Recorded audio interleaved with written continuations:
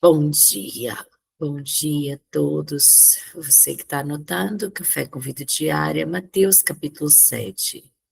Eu estava explicando que ontem eu tive uma agenda em Rio Bonito e foi uma grande festa, um grande descer do Espírito Santo. 6 pessoas se salvaram e houve uma grande manifestação de glória de Deus. Eu voltei muito tomada, tentei dormir, acordei às 4, já são 6, então eu estou 2h15 ainda aí já orando, buscando o Senhor, e vou tentar parar um pouco esse mover meu, né, porque a gente se edifica a si mesmo para mergulhar com vocês na palavra, né, mas eu disse, eu não estou muito normal, vamos ver o que vai acontecer hoje. É bom quando os anos passam, mas você não muda, né? Porque eu me sinto como uma menina que se converteu aos 12 anos, e me sinto como uma menina que aos 15 anos começou o ministério. Eu sinto que as coisas não mudam, né? Vou fazer 40 anos em alguns dias, e eu sinto que eu ainda sou a mesma menina. E isso é lindo, é bom quando você vê que você tem constância, estabilidade na sua vida espiritual. E é isso que eu quero que vocês percebam, o segredo é a palavra, o segredo é você acordar na palavra todos os dias, e desde os 12 anos de idade eu acordo na palavra, e isso faz toda a diferença na minha vida, e a minha oração é que também faça diferença na sua vida. Vamos lá? O costume de julgar os outros. Olha, não julguem os outros, para vocês também não serem julgados por Deus. E isso é muito importante. A Bíblia diz que o homem precisa examinar a si mesmo. Parece que nós temos o costume, somos rápidos a julgar os outros, rápidos a colocar peso nos outros, mas muitas vezes não conseguimos olhar para dentro de nós, examinar o nosso próprio coração. Uma das virtudes de Davi, que fazia de Davi ser um amigo de Deus, um amigo segundo, um homem segundo o coração de Deus, era a habilidade, a rapidez com que ele olhava para o seu coração. Davi estava sempre olhando para o seu coração. E, na verdade, ele sempre pedia a Deus que o fizesse.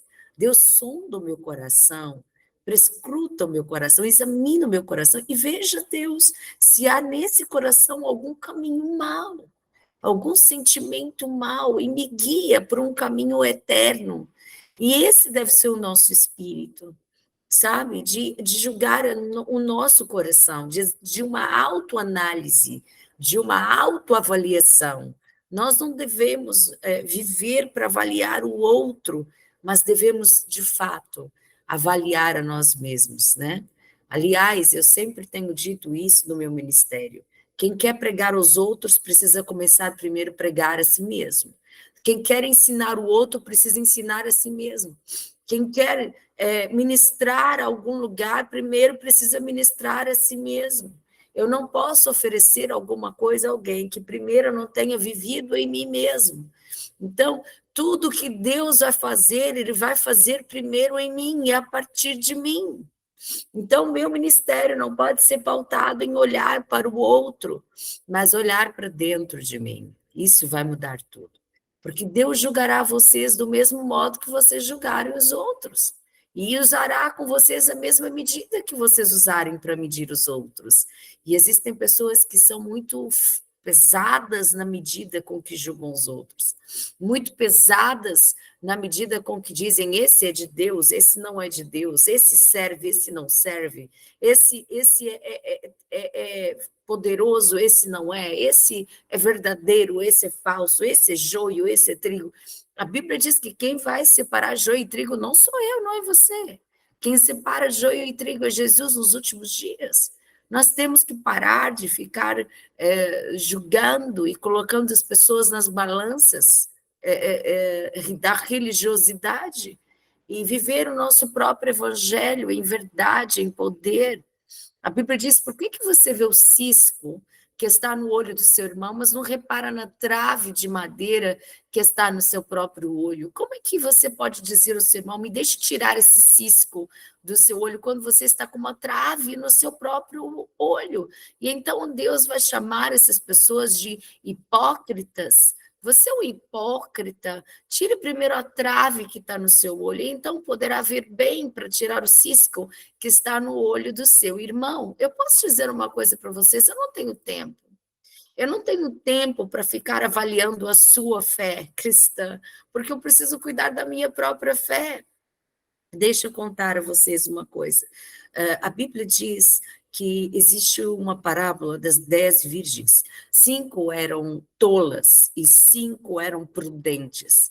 E essas prudentes, elas mantiveram as suas lamparinas cheias de azeite. Elas cuidaram da lamparina delas.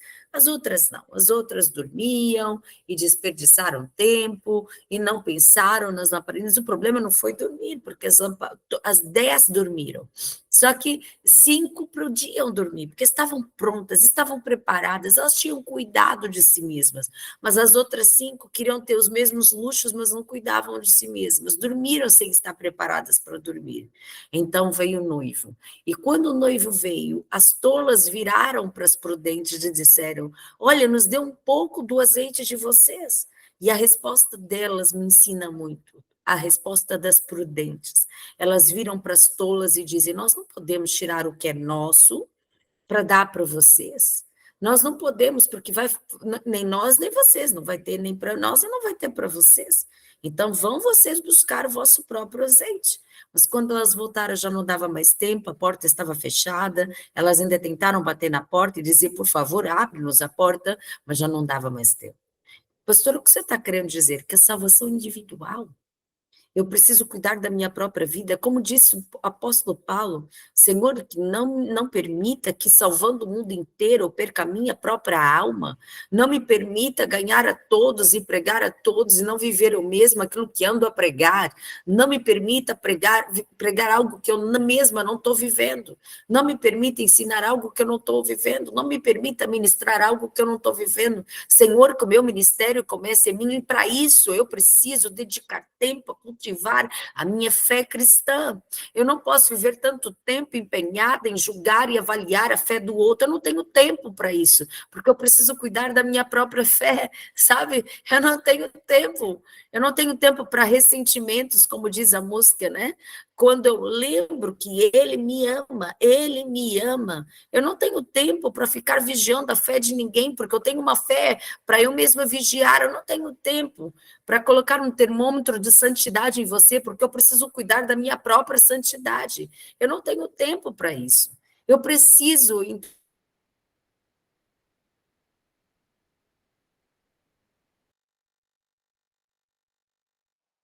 entender que a minha fé depende de mim e eu preciso viver essa fé na minha vida de forma exponencial. Santo, tenha liberdade, do contrário, seremos grandes hipócritas. Você sabe o que o hipócrita faz? O hipócrita se preocupa mais com a fé do outro do que a sua própria fé. Ele vive um evangelho de fora para dentro e não de dentro para fora. Isso é hipocrisia. Um ministério, uma vida religiosa que não começa de dentro para fora, não é vida religiosa. Não é piedade de verdade, é só religiosidade. Então ele vai dizer: não deem para os cachorros o que é sagrado, pois eles se virarão contra vocês e os atacarão. Não joguem as suas pérolas para porcos, pois eles as pisarão. Pastora, o que é isso? O que Jesus quer dizer com isso? Ele está dizendo: não adianta você querer ensinar alguém que não quer ser ensinado. Não adianta você querer dar o evangelho a quem não quer o evangelho. Isso é dar pérolas aos porcos. As pessoas não querem, mas você precisa viver o seu próprio evangelho diante do Senhor. Bem, nós ensinamos o evangelho e vive quem quiser viver. Agora também precisamos investir tempo em quem quer Deus de verdade. Não podemos ficar batendo em portas que não querem abrir. A Bíblia diz, Jesus disse: eu estou à porta e eu bato. E se alguém abrir, eu entro. Ou seja, se alguém não abrir, eu também não forço a entrada. Porque eu não desperdiço pérolas. Eu não ando a desperdiçar as pérolas. E nós precisamos entender que não é para desperdiçar pérolas. O que é o porco, gente? O porco gosta de lama. A Bíblia diz: aquele que está limpo, limpe-se ainda mais. Aquele que está sujo, suje-se ainda mais. Não adianta você dar banho num porco, porque o instinto do porco é lama. Então você vai dar banho no porco, daqui a pouco ele está mergulhado na lama outra vez. Então você não precisa desperdiçar seu tempo dando banho em quem gosta de lama. Você deve empenhar esse mesmo tempo a cuidar de pessoas que de fato queiram o Evangelho de Jesus. Então, nós precisamos ter discernimento na hora de investir, na hora de cuidar, na hora de dar as pérolas, na hora de cuidar e gerar alguém. Essa pessoa precisa ter um primeiro requisito. Qual é, pastora? Ela tem que querer.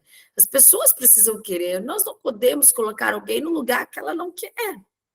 Não quer, não quer. Agora, não julgue essa pessoa porque não quer. Só viva você aquilo que você quer viver. E cada um terá que prestar contas da sua escolha diante de Deus. Quem não quer vai ter que prestar contas diante de Deus da sua escolha. E quem viveu vai diante de Deus também responder. Cada um vai prestar contas daquilo que decidiu viver aqui na terra. Peçam e vocês receberão. Procurem, vocês acharão. Batam e a porta será aberta a vocês. Existem aqui alguns princípios. Peça, procure, bata. Isso é um impulsionamento que o Espírito Santo está dizendo: olha, eu quero ser achado. Há um Jesus aqui dizendo: me procure, eu quero ser achado. Ele está dizendo: não desperdice as pérolas. Vem na transição, vem entendendo o que Jesus está dizendo. Olha, não julgue o outro. Olha, não fique julgando as pessoas. Olhe para dentro de você. E depois ele vai dizer: por que você não deve julgar, nem avaliar se sim, se não? Por que você deve olhar para você e não para o outro, né? Porque do contrário, você será hipócrita. Logo depois ele vai dizer: também não desperdice as pérolas, o evangelho são pérolas, o evangelho é rico, o evangelho é um tesouro. Não desperdice o tesouro do evangelho com quem não quer. Ao contrário, dê o evangelho a quem tem sede, a quem tem fome, a quem de verdade quer. Não a hipócritas, não aqueles que fingem que querem, mas aqueles que de fato querem. E depois ele vai dizer: olha, e eu tenho prazer nisso, eu tenho prazer em quem me quer. Eu tenho prazer em me revelar a quem de fato me quer. E ele vai dizer: peça, procure e bata. A Bíblia diz: invocai o Senhor enquanto se pode achar, procurai por ele enquanto ele está perto. Deus, ele deseja que você busque-o e busque-o e busque-o, e não apenas pela manhã, mas busque-o 24 horas por dia. Deus está te esperando pela manhã, Deus está te esperando à tarde, Deus está te esperando no final da tarde, Deus está te esperando à noite, Deus está te esperando na madrugada, e ele está dizendo: peça, procure e bata. Ele está falando, ele está chamando uma geração sedenta, ele está convocando uma geração que de verdade quer o Senhor, ele está chamando uma geração faminta, e ele está dizendo: peçam, vocês receberão, vocês não serão frustrados, procure, vocês vão me achar, batam, a porta vai abrir.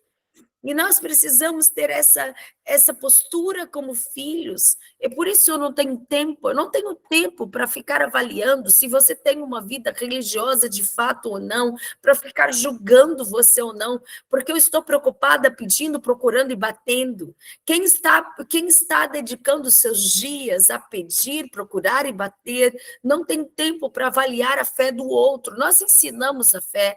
E se você não quer a fé, então eu não vou desperdiçar as minhas pérolas. Não, não, não. O evangelho não pode ser desperdiçado, mas eu mesma preciso investir o meu tempo em pedir, procurar e bater, porque ele está disposto a ser achado.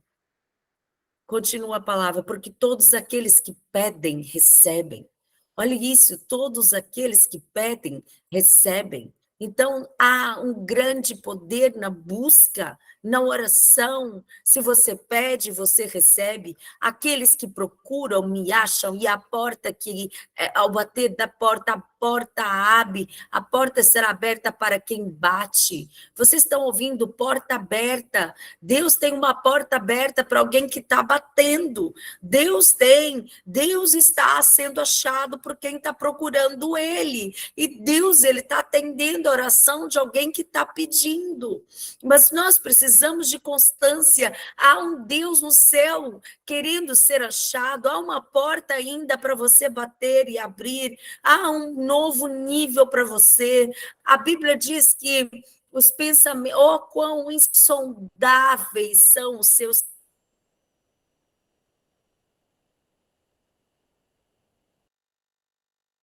caminhos. Oh, quem poderá dizer que já alcançou de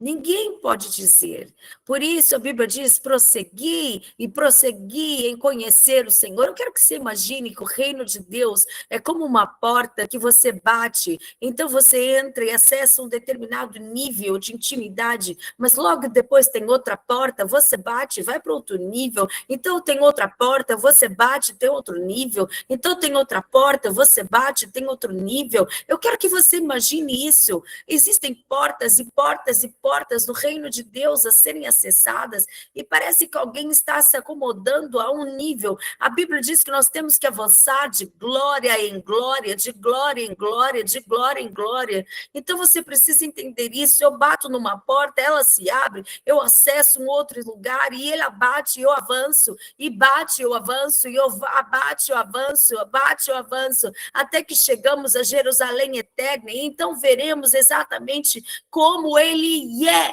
E então nós veremos Jesus face a face, nós veremos Jesus como ele é. Você não pode se acomodar a um nível, você não pode ficar apenas a um lugar, você precisa ir para o próximo nível. Não pare de bater a porta. Algumas pessoas acham que quando se salvaram, bateram na porta e a porta abriu, e não há mais nenhuma porta a bater. Pastora, eu acredito que eu já bati numa porta. Eu quero te dizer que todo dia há uma nova porta para você abrir, porque Jesus é uma fonte inesgotável.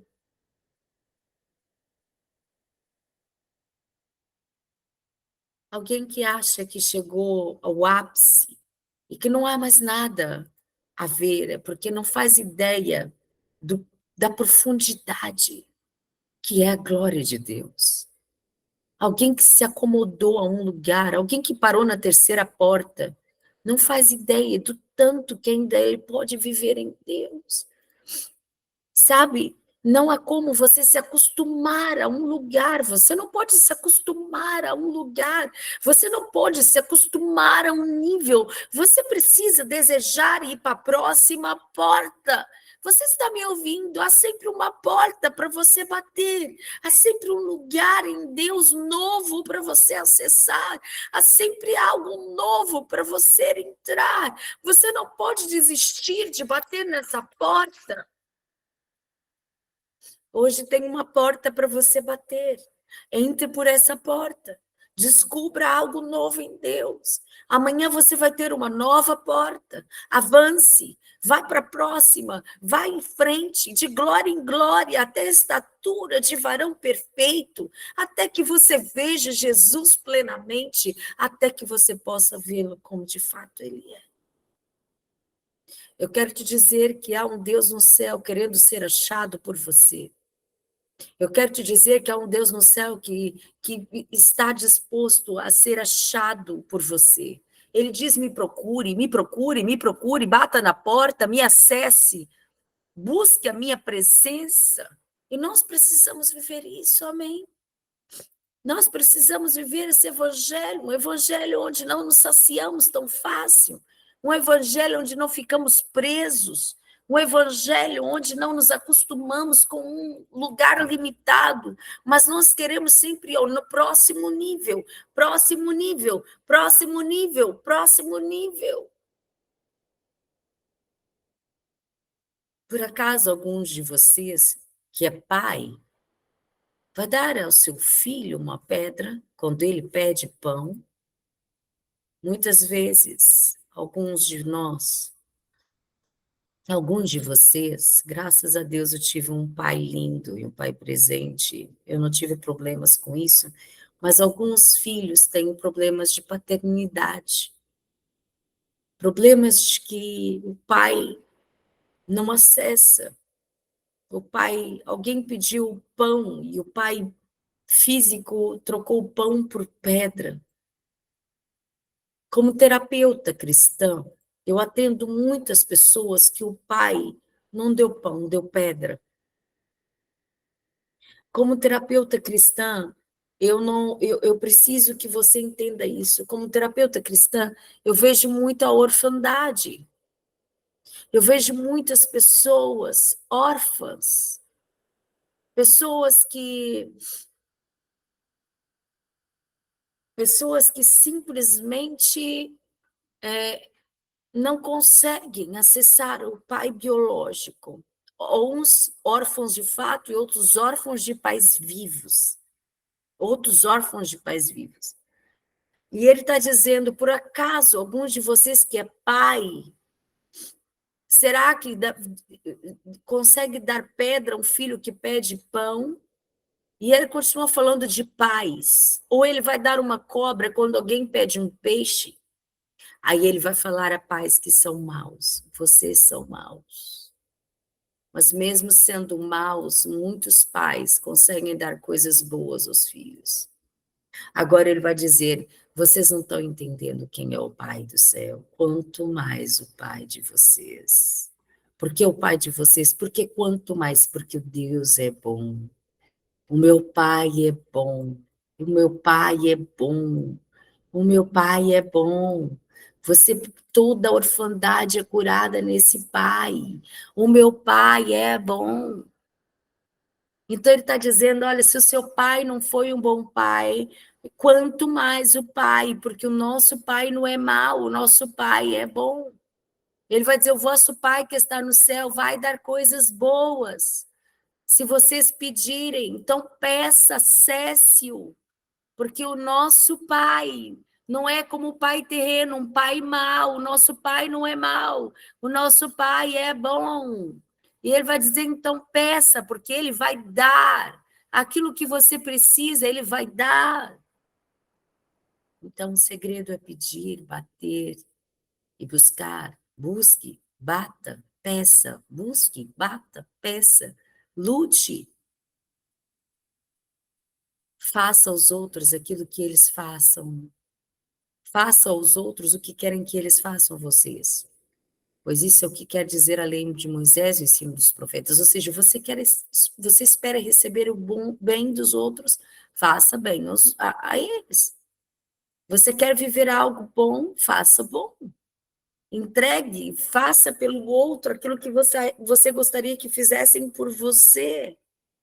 Eu tenho dito isso. Eu sou a pastora que eu queria que alguém fosse. Eu sou a mãe que eu queria ter. Eu tive uma boa mãe, mas eu tenho me esforçado para ser cada vez melhor.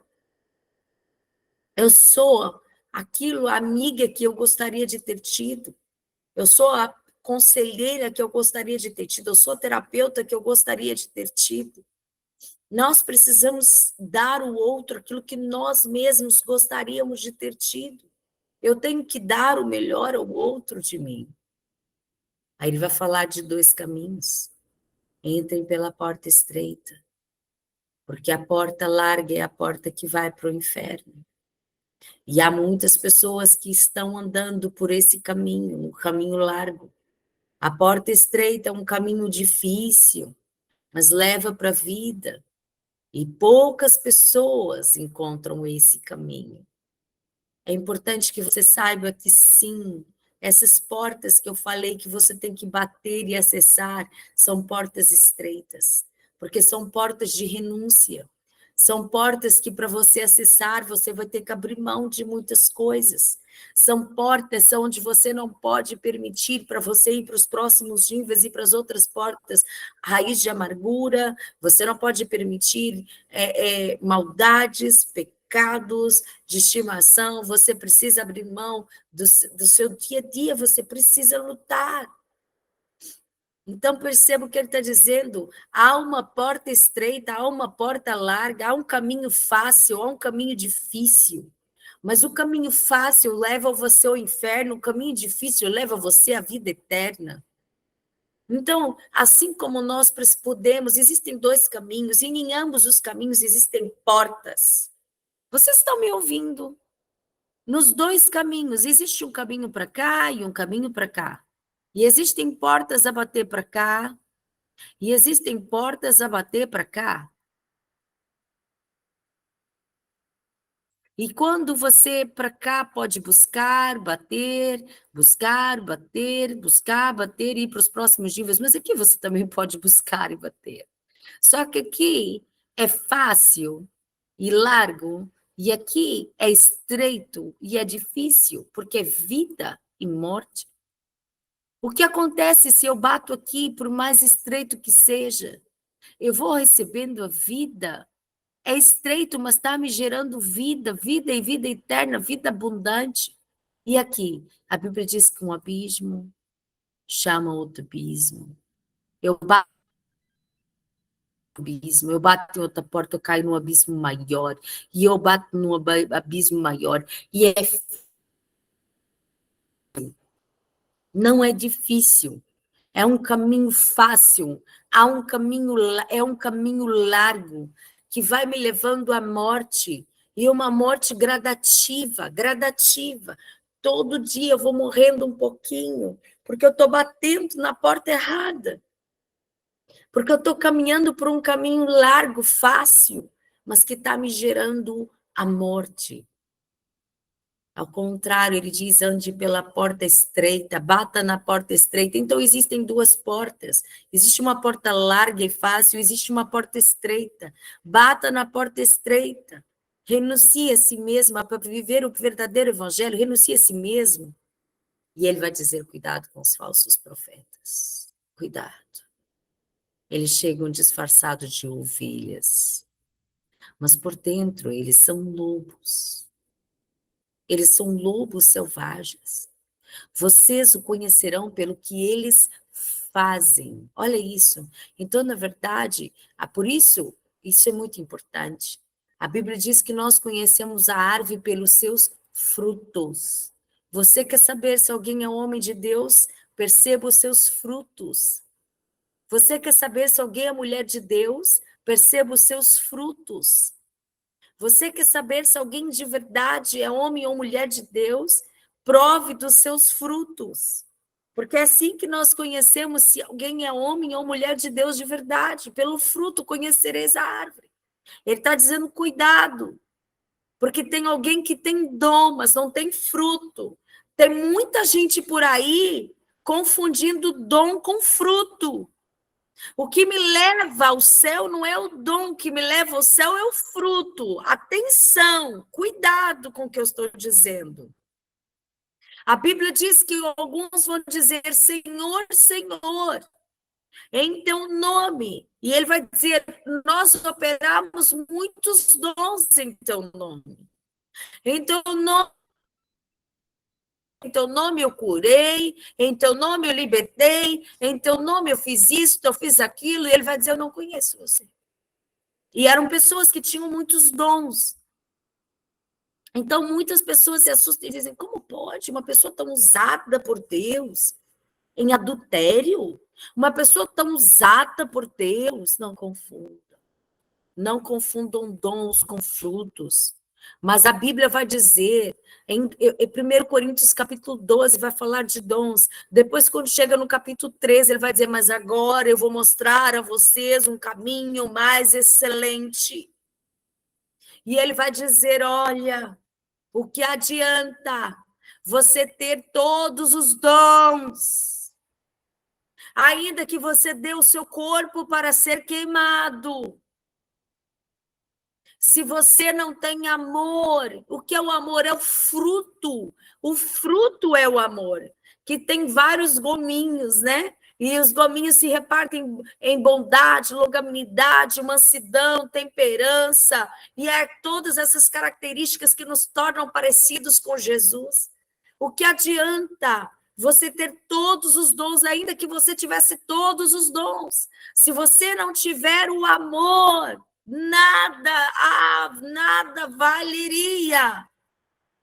O que adianta eu ser cheia de dons, mas não ter amor? O que me leva ao céu não é o tanto que eu tenho de dom, de talento, mas o que me leva ao céu é o fruto do Espírito Santo.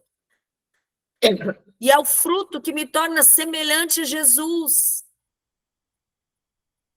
É o fruto que me torna parecido com Deus, com Jesus. Os frutos manifestam a glória de Deus em mim.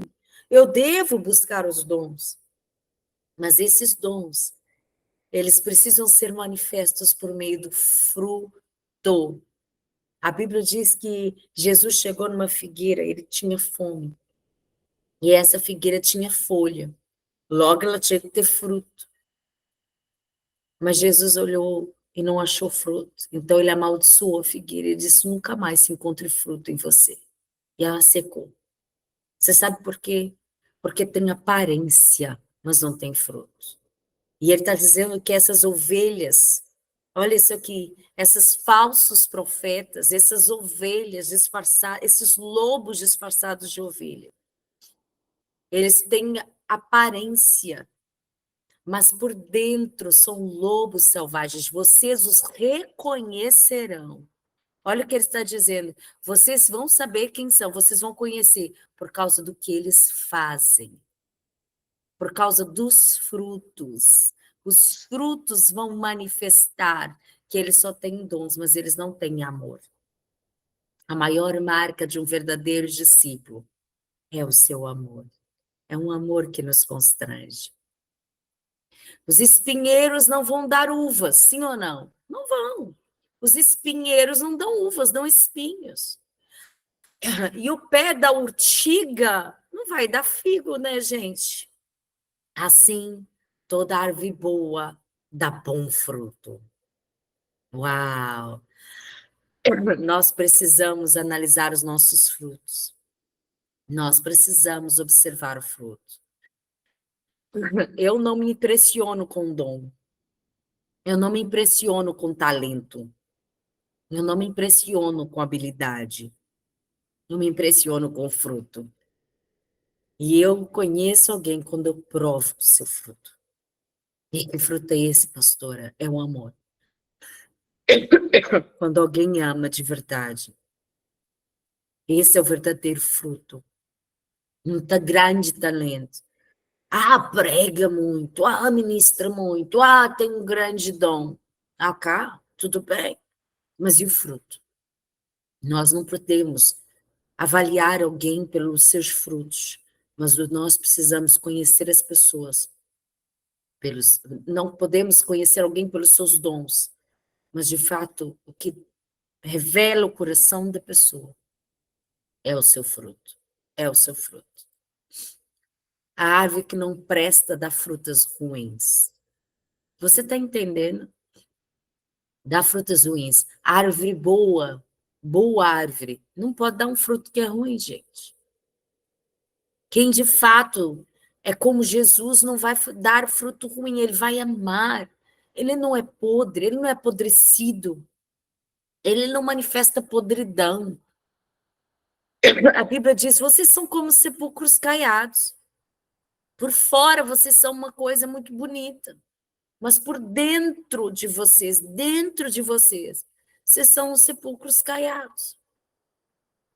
E a árvore que não presta não pode dar frutas boas. Toda árvore que não dá frutas boas é cortada e é jogada no fogo. Portanto, vocês conhecerão os falsos profetas por aquilo que eles fazem. Agora, atenção, quando não é aquilo que eles fazem de dom. Gente, aprende a fazer isso. Aprende a diferenciar. Dom é dom. Fruto é fruto. Naquele grande dia, Muitos vão dizer, Senhor, em teu nome, isso é dom. Em teu nome eu fiz, eu aconteci, isso é dom. Agora, fruto é caráter. O que é fruto? É caráter. Um verdadeiro cristão, ele tem um caráter de um cristão. Ele tem o fruto de um cristão. Ele parece com um cristão. Ele gera como um cristão. Ele ama como um cristão. E é assim que eu conheço se alguém é de verdade ou não. Eu provo essa pessoa, não me impressiona. Gente, não me impressiona. Dom não me impressiona. O que me impressiona é o fruto, é o amor. Digo, meu Deus, que coração lindo. Caráter. E caráter de Jesus, como eu vejo Jesus nessa pessoa. E se tem uma oração que eu tenho feito, é Jesus, me torna a pessoa mais parecida contigo que alguém vai ver hoje. Me faça parecer contigo. Mais do que pedir dons a Deus, os dons são importantes, nós precisamos, os dons nos habilitam a cuidar, a amar alguém de verdade, servir esse alguém com mais potencialização, potencializar o cuidado, os dons me habilitam a cuidar de você melhor. É importante eu ter dons, porém, não antes de eu ter o fruto, porque o que adianta eu ter todos os dons, ainda que eu tivesse os 9 dons, ainda que eu tivesse todos os dons, se eu não tiver fruto, se eu não tiver o amor, nada vai adiantar, nada vai adiantar. Bem, hoje eu vou parar aqui e amanhã eu vou começar do capítulo, Mateus 7, capítulo 21, tá bom? Amanhã nós vamos começar Mateus 7, capítulo 21. Hoje eu deixo vocês com essa palavra final. Cuidado, vigiem, para que vocês não tenham tantos dons que vos falte frutos. Por quê, pastora? Porque o dom, sabe por que que muita gente busca dom, mas não busca fruto? Porque o dom aparece, o dom chama atenção. Por isso que 1 Coríntios capítulo 13 diz que é como o sino que tine, faz muito barulho, mas quando você chega perto, você não percebe o fruto. Existem pessoas que fazem muito barulho, mas quando você chega perto delas, falta o fruto. Agora, o contrário, o fruto é gerado no secreto. O fruto não faz barulho, o fruto é como o fermento que age no secreto. O fruto dá trabalho, o fruto envolve busca. O fruto é para quem bate, é para quem pede, é para quem procura. O